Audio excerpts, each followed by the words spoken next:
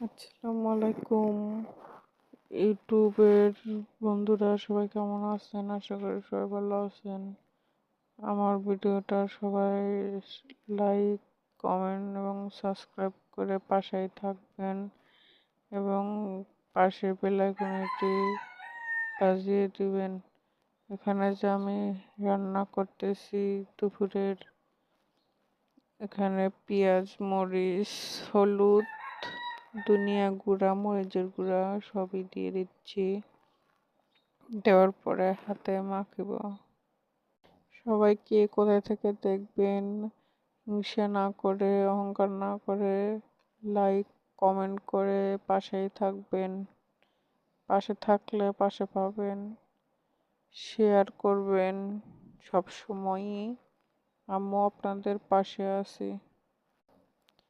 আর ভিডিওগুলা সামনে পাওয়ার সাথে সাথেই সবাই লাইক দিবেন, শেয়ার করবেন। এখানে যে এখন আমি মশলাটা হাতে মাখাচ্ছি, ভালোভাবে মিক্সড করে মাখাবো। মাখানোর পরে আমি কচুর মুখিগুলা দিয়ে দিব।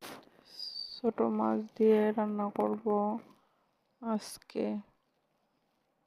আর সাথে থাকছে শুটকি মাছ ভুনা। এখানে যে কচুর মুখিগুলা হাতে মেখে দিচ্ছি। আসলে মুখিগুলা আগের থেকে এরকম, তো তাই হাতে মাখালে নেলপার মতন লাগে, তো এর জন্য আমি হাতে মাখাই না।